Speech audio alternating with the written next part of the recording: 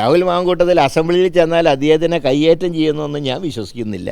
വേണമെങ്കിൽ എഴുന്നേറ്റ് നിൽക്കുമ്പോൾ ചിലപ്പോൾ ചില ആൾക്കാർ ഭരണകക്ഷിയുടെ ആൾക്കാർ ചിലപ്പോൾ പൂവൻകോഴിയുടെ ശബ്ദം ഉണ്ടാക്കും.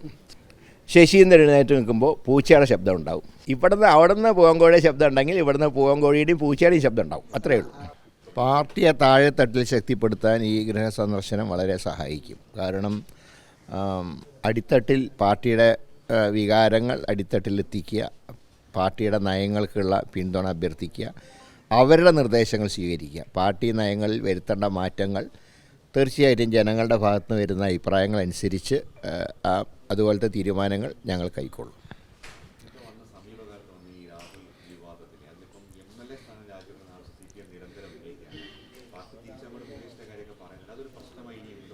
അതിൽ അന്വേഷണം നടക്കട്ടെ. ഞാൻ പറയുന്നത് അന്വേഷണം നടക്കുന്നതിന് മുമ്പ് വിധി കൽപ്പിക്കേണ്ട കാര്യമില്ല. സർക്കാർ അന്വേഷിക്കുന്നുണ്ടല്ലോ, ഞങ്ങൾ ആ അന്വേഷണത്തിനെ ഒരു തരത്തിലും ചോദ്യം ചെയ്യുന്നില്ല. പക്ഷേ ഇതുവരെയായിട്ട് ആരും റിട്ടേൺ കംപ്ലയിൻ്റ് എത്തിയിട്ടില്ല എന്നാണ് ഞാൻ മനസ്സിലാക്കുന്നത്. റിട്ടേൺ കംപ്ലയിൻറ്റ് വന്നാൽ അതൊക്കെ പരിശോധിക്കട്ടെ. അതിന് ടീമിനെ നിയോഗിച്ചിട്ടുണ്ടല്ലോ. ആ ടീമിൻ്റെ റിസൾട്ട് വരുന്നത് വരെ മറ്റ് നടപടികളിലേക്ക് കടക്കേണ്ട ആവശ്യമില്ല എന്നാണ് പാർട്ടിയുടെ തീരുമാനം. അദ്ദേഹം ഇപ്പോൾ തന്നെ പാർട്ടിയിൽ നിന്ന് സസ്പെൻഡ് ചെയ്യപ്പെട്ടു. സഭയിൽ അദ്ദേഹം അൺഅറ്റാച്ച്ഡ് മെമ്പറായിട്ടാണ് അദ്ദേഹം സഭയിലിരിക്കുക. അപ്പോൾ ആ കാര്യങ്ങളൊക്കെ വ്യക്തമായിട്ട് പാർട്ടി നയം സ്വീകരിച്ചിട്ടുണ്ട്. ഇതിലും കൂടുതൽ സ്വീകരിക്കേണ്ട ആവശ്യം ഇപ്പോഴില്ല. ബാക്കിയൊക്കെ സർക്കാരിൻ്റെ അന്വേഷണത്തിൻ്റെ റിപ്പോർട്ട് വരട്ടെ. അതിൻ്റെ അടിസ്ഥാനത്തിൽ പിന്നീട് നടപടികൾ സ്വീകരിക്കാം. ഇപ്പോൾ ഈ എടുത്ത നിലപാടിൽ നിന്ന് ഒരു ഇഞ്ച് പോലും പിന്നോട്ട് പോകേണ്ട ആവശ്യം പാർട്ടിക്കില്ല.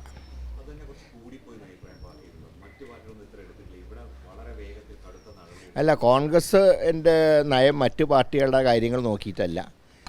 പാർട്ടി ഏതാണ് ശരിയെന്ന് തോന്നുമ്പോൾ പാർട്ടി ആ നിലപാട് സ്വീകരിക്കും. പക്ഷെ ഇതുവരെയായിട്ട് ഒരു റിട്ടേൺ കംപ്ലയിൻറ്റ് പോലും എവിടെ എത്തിയതായിട്ട് കാണുന്നില്ല. ഈ വിവാദങ്ങൾ വന്ന സമയത്ത് ഒരു സ്റ്റേണായ നിലപാട് പാർട്ടി എടുത്തു. പക്ഷെ കഴിഞ്ഞ ദിവസങ്ങളിൽ ആ നിലപാടിൽ നിന്ന് കുറച്ചോട്ട് പിന്നോട്ട് പോകുന്നുണ്ട്. അടൂർ പ്രകാശ് ഒരു അനുകൂലമായ നിലപാട് രാഹുൽ എടുക്കുന്നു.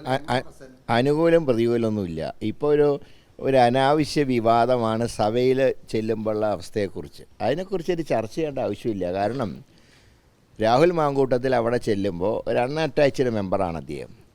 അദ്ദേഹത്തിൻ്റെ ഈ സഭാ നടപടികളുടെ കാര്യങ്ങളിൽ എല്ലാ കാര്യങ്ങളും ഇനി തീരുമാനമെടുക്കേണ്ട സ്പീക്കറാണ്.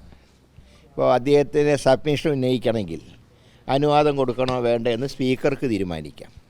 പ്രാസംഗികരുടെ ലിസ്റ്റിൽ, കോൺഗ്രസിൻ്റെ ലിസ്റ്റിൽ അദ്ദേഹത്തിൻ്റെ പേരുണ്ടാവില്ല.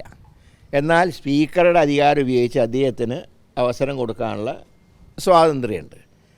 അതവർ ചെയ്തോട്ടെ. അതല്ലാതെ രാഹുൽ മാങ്കൂട്ടത്തിൽ അസംബ്ലിയിൽ ചെന്നാൽ അദ്ദേഹത്തിനെ കയ്യേറ്റം ചെയ്യുന്നൊന്നും ഞാൻ വിശ്വസിക്കുന്നില്ല. അങ്ങനെ ഒരു സംഭവം ഉണ്ടാവില്ല. വേണമെങ്കിൽ എഴുന്നേറ്റ് നിൽക്കുമ്പോൾ ചിലപ്പോൾ ചില ആൾക്കാർ ഭരണകക്ഷിയുടെ ആൾക്കാർ ചിലപ്പോൾ പൂവൻകോഴിയുടെ ശബ്ദം ഉണ്ടാക്കും. അപ്പോൾ ഇവിടെ നിന്ന് മുകേഷ് എഴുന്നേറ്റ് നിൽക്കുമ്പോൾ UDFൻ്റെ ഭാഗത്തുനിന്നും ഉണ്ടാവും. ശശീന്ദ്രൻ എഴുന്നേറ്റ് നിൽക്കുമ്പോൾ പൂച്ചയുടെ ശബ്ദം ഉണ്ടാവും. അപ്പം അങ്ങനെയുള്ള ചില ശബ്ദങ്ങളല്ലാതെ മറ്റൊരു അനിഷ്ട സംഭവം ഉണ്ടാവില്ല. രാഹുൽ ഇപ്പോൾ കോൺഗ്രസിൻ്റെ ഭാഗമല്ല. രാഹുൽ എഴുന്നേറ്റ് നിൽക്കുമ്പോൾ പൂവൻകോഴിയുടെ ശബ്ദം ഉണ്ടാകുമ്പോൾ തിരിച്ച് ഭരണപക്ഷം പൂച്ചയുടെ ശബ്ദം ഉണ്ടാക്കേണ്ട കാര്യമില്ല. രാഹുൽ ഇപ്പം ഭരണകക്ഷിയല്ല, ഞങ്ങളാണ് പൂച്ച. UDF ആണ് ഉണ്ടാക്കുക. കാരണം അവിടെയുണ്ടല്ലോ, അവിടെ ശരിക്കുള്ള കോഴികളുണ്ടല്ലോ. അതുകൊണ്ടാണ് പറഞ്ഞത്. കാരണം അവരുടെ പേരിൽ റിട്ടേൺ കംപ്ലയിൻ്റ് ഉണ്ട്. 2 കംപ്ലയിൻറ്റ് മുകേഷിനെതിരായിട്ടുണ്ട്. ചാർജ് ഷീറ്റ് കൊടുത്തിട്ടുണ്ട്. പോലീസ് അറസ്റ്റ് ചെയ്ത് ജാമ്യത്തിലാണ്. രാഹുൽ മാങ്കൂട്ടത്തിനെതിരായിട്ട് റിട്ടേൺ കേസില്ല. അദ്ദേഹത്തിന് അറസ്റ്റ് ചെയ്തിട്ടില്ല. അതുകൊണ്ട് തന്നെ അദ്ദേഹത്തിന് സഭയിൽ പങ്കെടുക്കുന്നതിന് ഒരു തകരാറുമില്ല. ഞാൻ പറഞ്ഞത് കയ്യേറ്റമൊന്നും ഉണ്ടാവില്ല എന്നാണ് പറഞ്ഞത്. അവിടെ നിന്ന് പൂവൻകോഴിയുടെ ശബ്ദം ഉണ്ടെങ്കിൽ ഇവിടുന്ന് പൂവൻകോഴിയുടെയും പൂച്ചയുടെയും ശബ്ദം ഉണ്ടാവും. അത്രയേ ഉള്ളൂ. അതിൽ പ്രതിരോധം തീർക്കലല്ലോ. അവിടെ നിന്ന് പറയുന്നവരെങ്ങനെയാണ്? അവരുടെ പേരിൽ കംപ്ലയിൻ്റ് ഉള്ളവരാ അവിടെ നിന്ന് ശബ്ദം ഉണ്ടാക്കുക. ഇവിടെ ആരുടെ പേരിലും റിട്ടേൺ കംപ്ലയിൻ്റ് ഇല്ല അതുവരെ.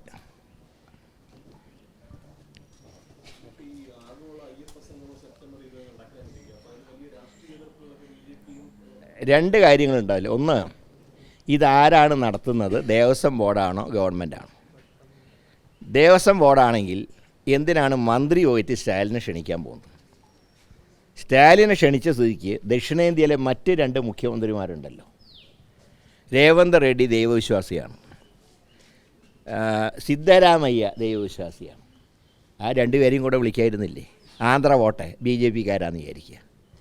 സ്റ്റാലിൻ്റെ അതേ സ്റ്റാറ്റസ് തന്നെ സിദ്ധരാമയ്യയ്ക്കും രേവന്ത് റെഡ്ഡിക്കും ഇല്ലേ? അവരെന്താവുന്ന അയ്യപ്പ എഴുന്നേറ്റ് പോകും. മാത്രമല്ല, ഈ ക്ഷണിക്കാൻ പോകുന്ന ആൾക്കാർ അയ്യപ്പ വിഗ്രഹം കാണുമ്പോൾ ഒന്ന് തൊഴുകെങ്കിലും വേണ്ടേ? ദേവസ്വം ബോർഡ് പ്രസിഡന്റ് തൊഴുകുന്നുണ്ട്, അത് ഈശ്വരവിശ്വാസിയാണ്. കാരണം കോൺഗ്രസിന് പോയിട്ട് അധികമായിട്ടില്ലല്ലോ. അതേ സമയത്ത് വിശ്വാസമില്ലാത്ത മന്ത്രി എന്തിനാണ് ഈ ആഗോള അയ്യപ്പ സംഗമം ക്ഷണിക്കാൻ വേണ്ടിയിട്ട് ചെന്നൈയിലേക്ക് പോയത്? എന്തിനാ? അപ്പോൾ ആരാ നടത്തുന്നത്?